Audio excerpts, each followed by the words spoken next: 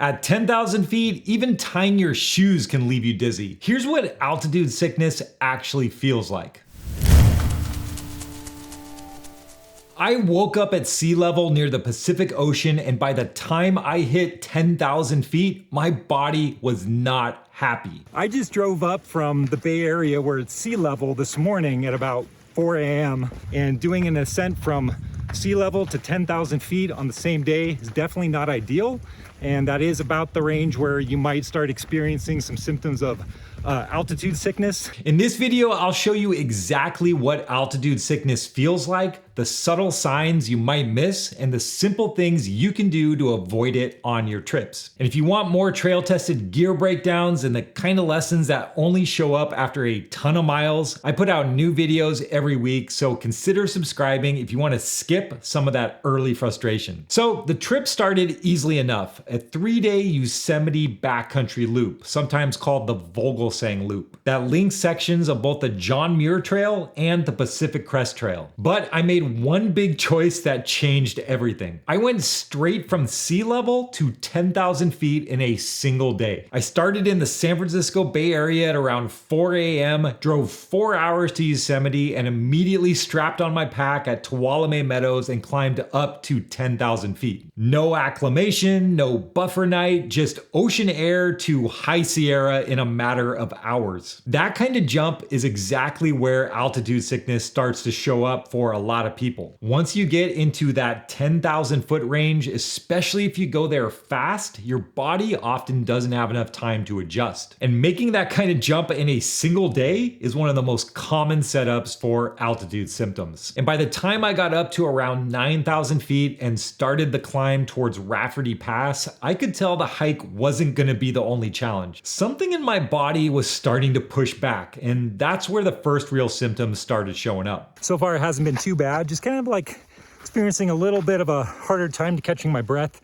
Feel like I'm not getting quite as much oxygen as I'm used to. I'd be climbing for just a minute or two and suddenly my lungs felt like they were on fire, my heart rate spiked, and I'd need to stop just to get my heart rate back under control. Normally on a climb you can kind of settle into a rhythm, but here my rhythm was gone. And I was definitely feeling the altitude for the first mile of the climb. My lungs were screaming, my heart felt like it was beating out of my chest, and definitely had to go slower than I usually do on this type of a climb. It's kind of taking a break every 10 minutes or so just to let my heart rate regulate and kind of catch my breath a little bit.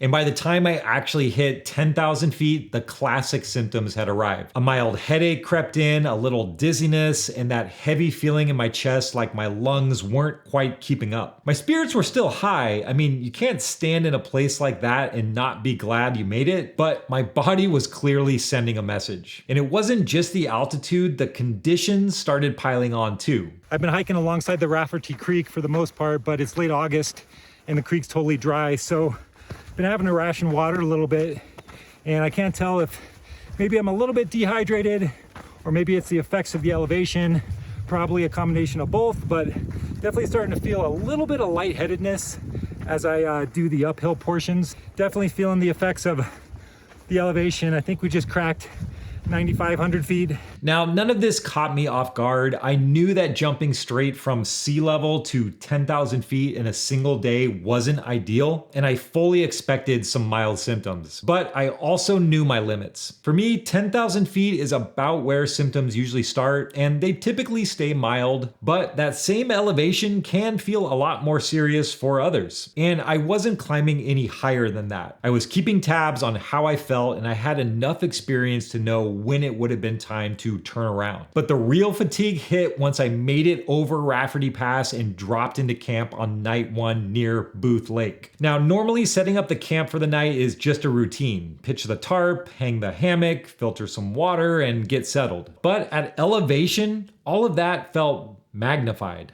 So yeah, after I got everything set up with my camp, got the tarp deployed, the hammock all set up, I definitely hit a wall where I was feeling the effects of the day, just like boom, it all hit me at once, and I had to take a good 30, 40 minutes in the hammock, just like doing nothing, just lying there. Now, I wasn't in trouble or anything, but the effort of doing normal things felt like it had tripled. And that's one of the sneaky parts of altitude sickness. It's not always dramatic or obvious. Sometimes it just makes doing the basic tasks like boiling water or adjusting your tent feel like you're running uphill. And for me, that was the hardest part. The hiking itself I could manage by pacing and resting, but once I stopped moving, there was no quick recovery. My body just wanted to stop moving. Now, the good news with mild altitude sickness is that if you stop climbing higher, your body will usually catch up. And by the next morning, the dizziness and the headache had already eased off, which was a big relief. What still lingered though was the fatigue and the heavy breathing. Every uphill climb still felt harder than it should have, but the edge wasn't quite as sharp as it had been on day 1. And by day 3, the relief was significant. I descended down through the Lyle Canyon into those picturesque Yosemite meadows along the John Muir Trail, and suddenly my body felt normal again. Breathing was smooth, my energy was back, and hiking started to feel like hiking. It was a reminder that the effects of altitude aren't permanent, it's just your body trying to recalibrate. But more important than the symptoms themselves is knowing how to handle them. Let's break down the simple things you can do to reduce the chances of getting altitude sickness, avoid the worst of it, and manage it if it shows up. So the first and most effective way to reduce altitude sickness is simple. Spend a night at higher elevation before you start hiking. That could mean booking a hotel in a nearby mountain town or just camping at a trailhead campground the night before. Even one night gives your body a head start, and it can make a huge difference compared to just showing up at the trailhead and hiking straight up into thin air. Second, hydrate more than you think you need. Dry mountain air deteriorates you faster, and hydration amplifies every symptom. I thought I was going to be good with about 2 liters for my hike on day 1, and that really wasn't even enough. If you're heading into a dry section, carry extra and sip constantly instead of waiting until you're thirsty. Third, manage your pace. At higher altitude, your heart rate can spike quickly, and short bursts of energy can leave you totally wiped out. It's not a weakness to take more breaks in this situation. It's really the only way to keep moving without burning out. Finally, learn your personal limits. For me, mild symptoms start to show up at around 10,000 feet. For you, that number might be different. Headaches, dizziness, fatigue, those are all the early signals. Respect them, slow down, hydrate, and let your body recalibrate. But there is a line you don't want to ignore. Everything I've described so far is mild symptoms. If you experience altitude sickness and your symptoms are getting worse instead of better, if the headache becomes severe, if nausea is keeping you from drinking water, or if you feel confused, that's the point where you stop climbing and seriously consider descending. Altitude sickness can progress into something more dangerous, and the only real fix is going